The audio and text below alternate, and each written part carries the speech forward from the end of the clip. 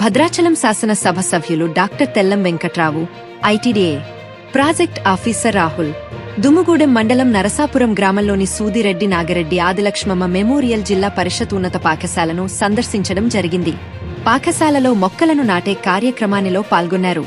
ఈ సందర్భంగా ప్రధాన ఉపాధ్యాయులు మాట్లాడుతూ పాఠశాలలో బాలురకు మూత్రశాలలు మరియు మరుగుదొడ్ల మరమ్మతులు చేయించవలసిన అవసరాన్ని, పాఠశాలలో త్రాగునీటి కొరత అధికంగా ఉందని ప్రతి నెల 4,000 రూపాయలు ఖర్చు పెడుతున్నామని, గ్రామంలోని మిషన్ భగీరథ గ్రిడ్ నుండి డైరెక్ట్ గా పాఠశాలకు కనెక్షన్ ఇప్పించవలసినదిగా మరియు ఒక బోర్డుని కూడా పాఠశాలలో ఏర్పాటు చేయవలసినదిగా ఎమ్మెల్యేని కోరడం జరిగినది. పై సమస్యల పట్ల ఎమ్మెల్యే సానుకూలంగా స్పందించారు. అనంతరం పాఠశాల అమ్మ ఆదర్శ కమిటీ చైర్మన్ పూజారి రత్నకుమారి, ప్రధానోపాధ్యాయులు Bekkanti Srinivasarao, MLA doctor Tellam Venkatarao, ITDA project officer రాహుల్కు పూలగుచ్చాలతో సాలువాలతో సన్మానించారు. ఈ కార్యక్రమంలో పాఠశాల ఉపాధ్యాయులు మరియు విద్యార్థులు మరియు గ్రామస్తులు పాల్గొన్నారు.